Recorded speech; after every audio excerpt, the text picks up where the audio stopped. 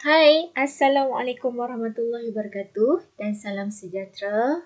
Okey, so hari ini kita akan tengok bab 5. Tingkatan 5, tajuk dia ialah kekongruenan pembesaran dan gabungan transformasi.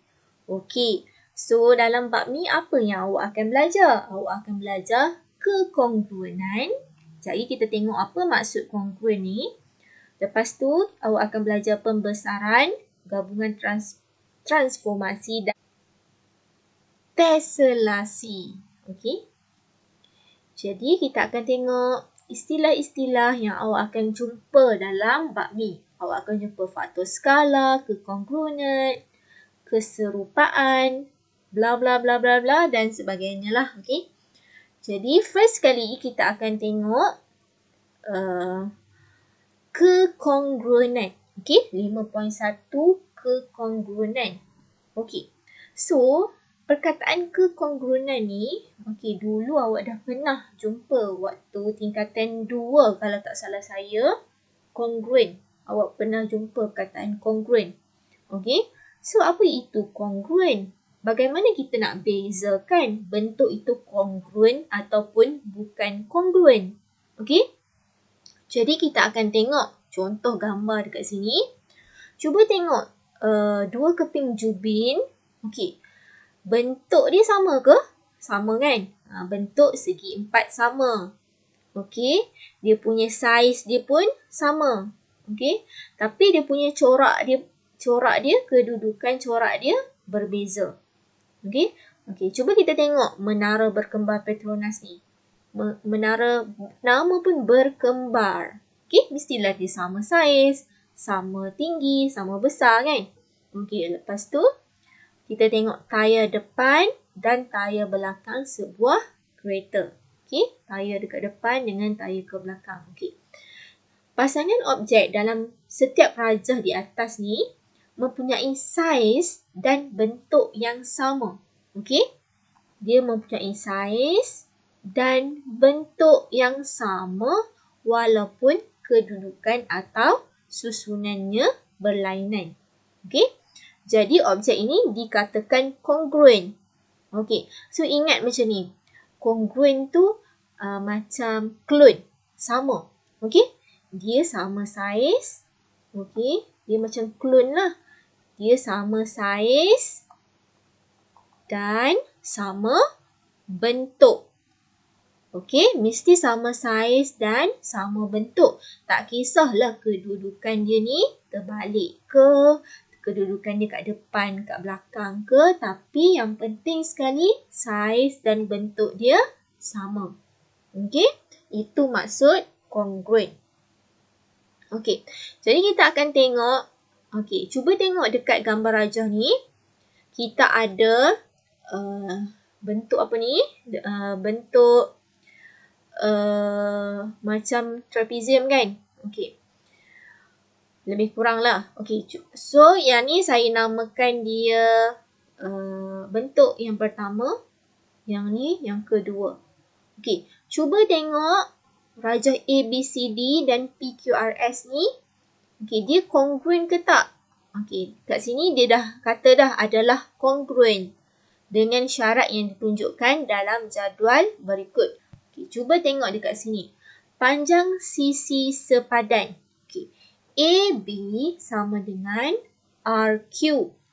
Okay, mana sisi AB? AB dekat sini.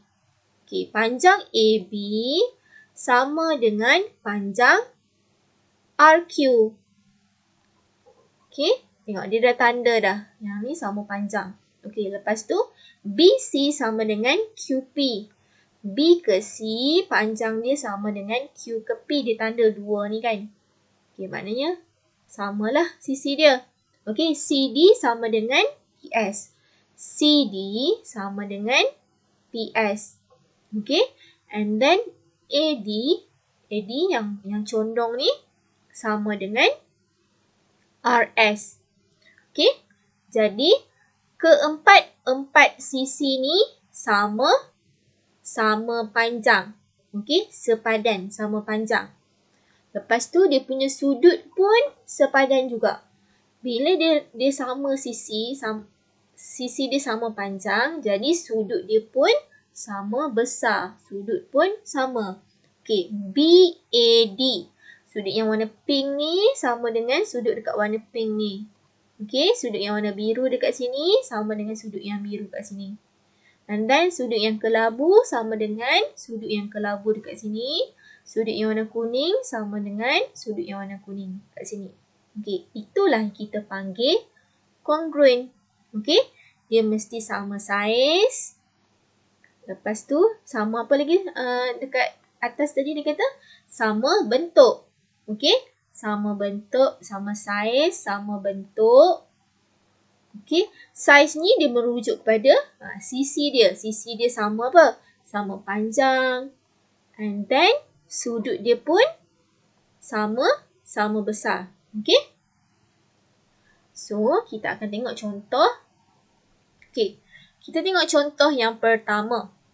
Tentukan sama ada setiap pasangan rajah yang berikut adalah congruent. Kita nak tentukan rajah segitiga yang pertama ni dengan yang kedua ni congruent ke tak. Jadi kita kena check setiap sisi dia dan setiap sudut dia sama ke tidak.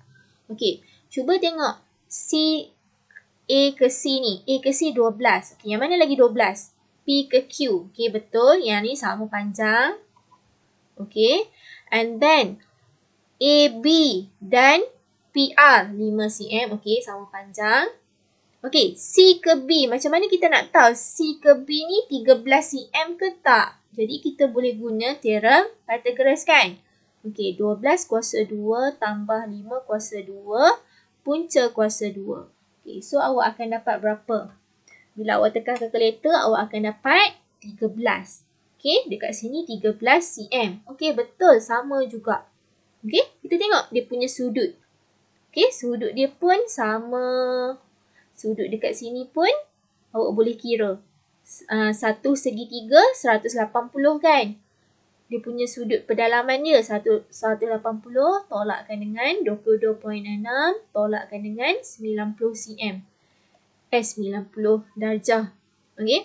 So awak akan dapat dekat sini 67.4. Okey. So segitiga yang pertama ni dan segitiga yang kedua ni setiap sisi sama, setiap sudut sama, jadi dia adalah congruent. Okey? So dekat sini dia congruent. Pastikan dia sama sisi dan sama sudut. Okey, cuba tengok yang B pula. Okey, untuk yang B, A ke F 10 cm. Okey. Okey, U ke T 10. Betul. And then lepas tu kita tengok kat sini 3 cm. Dekat sini pun 3 cm kan? Kalau dia tanda macam ni maknanya samalah. Sama saiz. Okey, 3 cm. Sini 3 cm. Sini pun 3 cm. And then dia cakap apa lagi kan? Okey, 8 tolak 3. 8 tolak 3 dapat berapa? Dapat 5. Jadi dekat sini sebenarnya 5. Okey, cuba tengok dekat sini. Berapa? 4. Okey, tak sama. Kan? Tak sama. Jadi, untuk yang B ni bukan congruent lah. Sebab ada sisi dia tak sama. Okey, boleh? Okey. And then C dengan D pun okey, kita tentukan. Kita tengok setiap sisi sama ke tak. Okey, cuba tengok dekat sini. Boleh tengok dalam buku teks muka surat 125 dan 126. Jadi, untuk A tadi betul. Ini dia punya kedua-dua gambar rajah itu adalah congruent. Okey, untuk B bukan congruent. Sebab tadi kan, kita dah kira 5 dengan 7 tak samalah. Okey. And then, untuk C congruent, untuk D bukan congruent. Nanti awak boleh tengok sendiri Okey. Jadi kita akan tengok contoh yang seterusnya. Kita akan tengok apa lagi ni. Okey, apakah ciri-ciri kekongruenan segitiga? Okey, kita akan tengok segitiga pula. Okey, dua segitiga kongruen mempunyai panjang sisi sepadan dan sudut sepadan yang sama.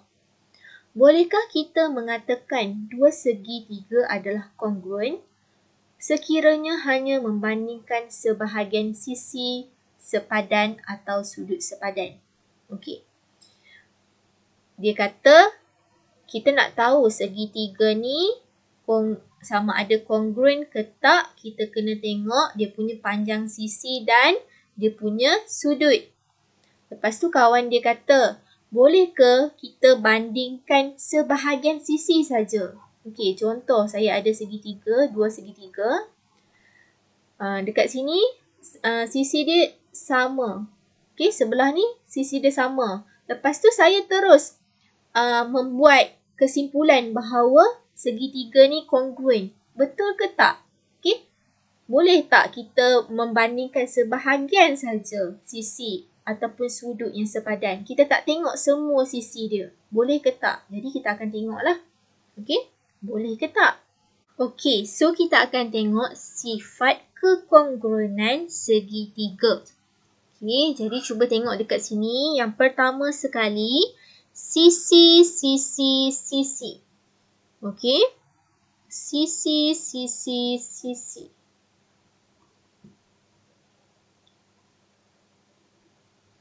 Okey, kita akan tengok sifat kekongruenan segitiga. Yang pertama, sisi ataupun side. SSS. Triple S. Setiap sisi sepadan adalah sama panjang. Okey, ketiga-tiga sisi sama panjang dengan segitiga yang lagi satu lah. Contoh dekat sini, AC dengan PR sama. Dekat sini, AB dengan PQ sama. And then BC dengan QR sama. Ketiga-tiga sisi sama panjang, kita boleh cakap ini ialah kongruen. Okey, segitiga ini ialah kongruen. Okey, and then kita tengok sifat yang kedua. Sisi sudut sisi. Okey, sisi. Jadi sisi yang pertama AB dengan PQ sama. Okey, sisi. Lepas tu kita tengok sudut pula. Sudut dekat A dengan sudut dekat P sama. And then kita tengok sisi. Sisi AC dengan sisi PR sama. Jadi, bila sisi sama, sudut sama, and then sisi sama, kita boleh panggil dia sebagai segitiga ni kongruen. Okey? Sisi, sudut, sisi. Okey. Kita tengok yang ketiga. Sudut, sisi, sudut. Okey, sudut, sisi, sudut. Okey, mula-mula kita ada sudut yang dekat A sama dengan sudut yang dekat P. Okey, sudut yang pertama.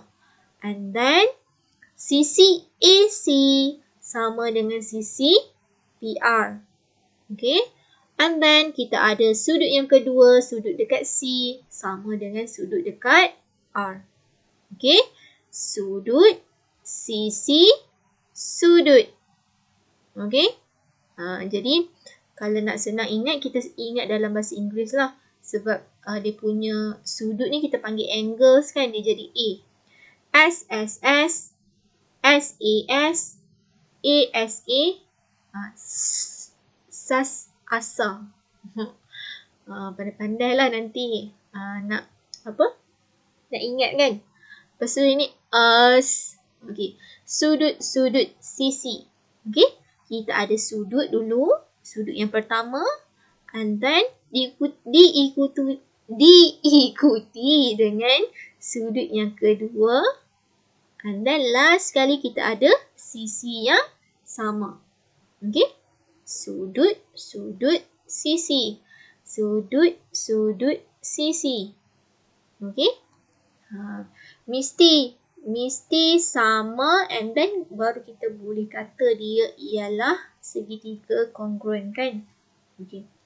And then sudut. Triple A. Okay, bateri triple A. Sudut. Jadi, setiap sudut, semua ketiga-tiga sudut ni samalah. Okay, sudut A sama dengan sudut dekat P, sudut C sama dengan sudut dekat R, and then sudut yang dekat B sama dengan sudut yang dekat Q.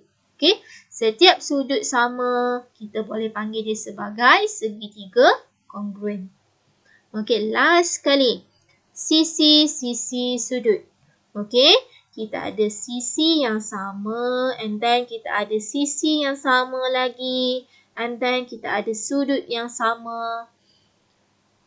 Jadi, kita boleh panggil dia sebagai segitiga kongruen. Jadi, kita ada berapa jenis ni? Kita ada 6 jenis. Okay? 6 jenis. Yang pertama sekali tadi apa? Triple S kan? Okay, kita ada SSS. And then kita ada SAS. SES. And then kita ada ASA.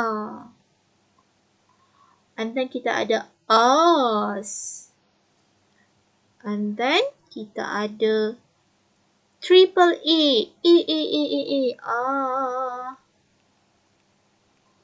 Last kali kita ada SSA.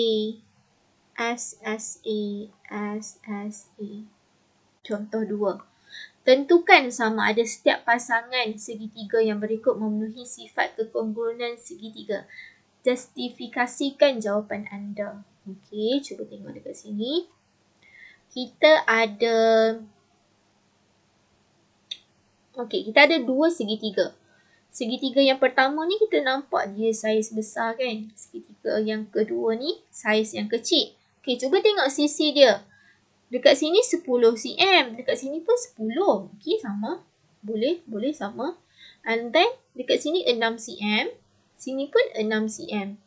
Lepas tu kita ada dia punya sudut dia 25, sini pun 25. Adakah segitiga dua-dua ni kongruen? Okey, cuba tengok jawapan dia ni. Tidak, walaupun kedua-dua segitiga mempunyai dua sisi sepadan dan satu sudut sepadan yang sama, tetapi ukuran sisi dan sudut lain adalah berbeza. Luas adalah tidak sama. Okey, jadi kalau kongruen, tadi kita pergi balik yang first tadi, kalau kongruen saiz mesti sama dan dia punya apa? Dia punya bentuk pun sama kan? Tapi yang ni saiz berbeza. Maknanya dia bukan kongruen lah. Dia tidak memenuhi sifat kekongruenan. Okey. So untuk soalan B pun sah-sah lah tak sama sebab saiz dia berbeza walaupun dia ada sudut yang sama. Okey, sudut ni sama tapi dia punya saiz dia berbeza. Dia punya panjang sisi pun berbeza. Okey, so dia tidak memenuhi sifat kekongruenan. Okey, kita akan tengok contoh yang ketiga. Contoh yang ketiga dia bagi segitiga yang kongruen dekat kita dan dia suruh lengkapkan jadual ni berdasarkan ciri-ciri sudut, sisi, sudut. So, sudut, sisi, sudut ni macam mana? Kita kena berdasarkan jadual yang pink tadilah. Sudut, sisi, sudut. Okey, sudut, sisi, sudut. Jadi, dua sudut yang sama. Satu sisi yang bercantum dengan dua sudut yang sama. Okey. Jadi kat mana ni? Okey. Sudut yang mana yang sama? Okey. Sudut C dia dah bagi dah dengan sudut dekat F kan? Jadi kita boleh ambil sudut yang dekat B sama dengan sudut yang dekat E. Okey. And then yang mana sisi yang sama? Jadi sisi dia yang ni lah. Okey, CB dengan EF. Okey, kita boleh tulis kat sini. BC sama dengan DEF dan sudut ABC sama dengan sudut apa? DEF. Okey, betul. Kita ada 2 jawapan. Cuba tengok lagi jawapan dia. Okey. Atau kita boleh tulis AC. Okey, sisi AC sama dengan DF. And then sudut BAC sama dengan sudut ADF. Okey, dua sudut mesti sebelah-sebelah. Okey. And then sisi dia mesti antara dua sudut tadi. Okey, kalau kat sini sudut yang ni dengan sudut kat sini, sisi dia mesti kita ambil yang ni. Okey, boleh tengok jadual pink tu.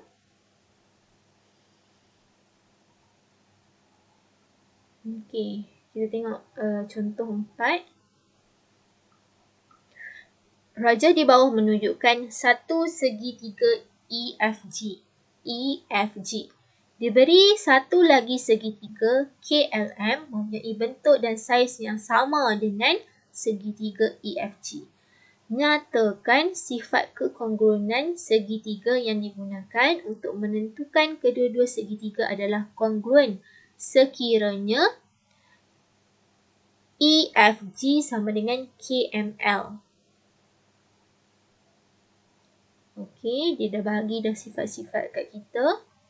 Jadi, nyatakan sifat. Okey, so diselesaikan macam mana? Kita tengok dekat sini ya. Diberi dua sudut sepadan dan satu sisi sepadan yang bukan di antara kedua-dua sudut itu. Oleh itu, sifat kekongruenan segitiga ialah sudut-sudut sisi. Okey. Berdasarkan maklumat yang dibagi dekat A ni, kita boleh lukis gambar rajah. Okey. Gambar rajah EFG ni memang dia dah bagi dah kan kat atas ni. And then kita akan lukis gambar rajah segitiga KLM. Okey. Bila kita lukis, kita tandalah EGF. So, sudut dekat sini, EGF sama dengan sudut dekat KML. Okay, dekat sini KML. And then, sudut EFG dan sama dengan sudut KLM. Okay, sudut dekat sini sama dengan sudut dekat sini. And then, EF sama dengan KL. Jadi, sifat kongruen segitiga yang mana digunakan? Okay, kita ada banyak kan tadi, ada 6. Kita masa kita nak buat ni, tak salah kalau kita nak rujuk buku teks lah, rujuk jadual tadi. Okay. Jadi, dekat sini dia guna sudut-sudut sisi. Okay, sudut-sudut sisi. Ada dua sudut yang sama saiz dan satu sisi dekat sini. Okay, untuk B ni pun sama. Kita lukis and then kita kenal pasti. Kalau kat sini, kita ada 3 sisi yang sepadan. Kalau 3 sisi yang sepadan, dia akan guna sisi. S. And then dekat sini, kita ada sisi, kita ada sudut, and then kita ada sisi. Jadi kita guna apa? Sisi, sudut, sisi. Okay, untuk yang untuk yang A tadi, kat sini sudut, sisi. Okay. Begitulah cara nak kenal pasti kongruen dan sifat kekongruenan dalam segitiga.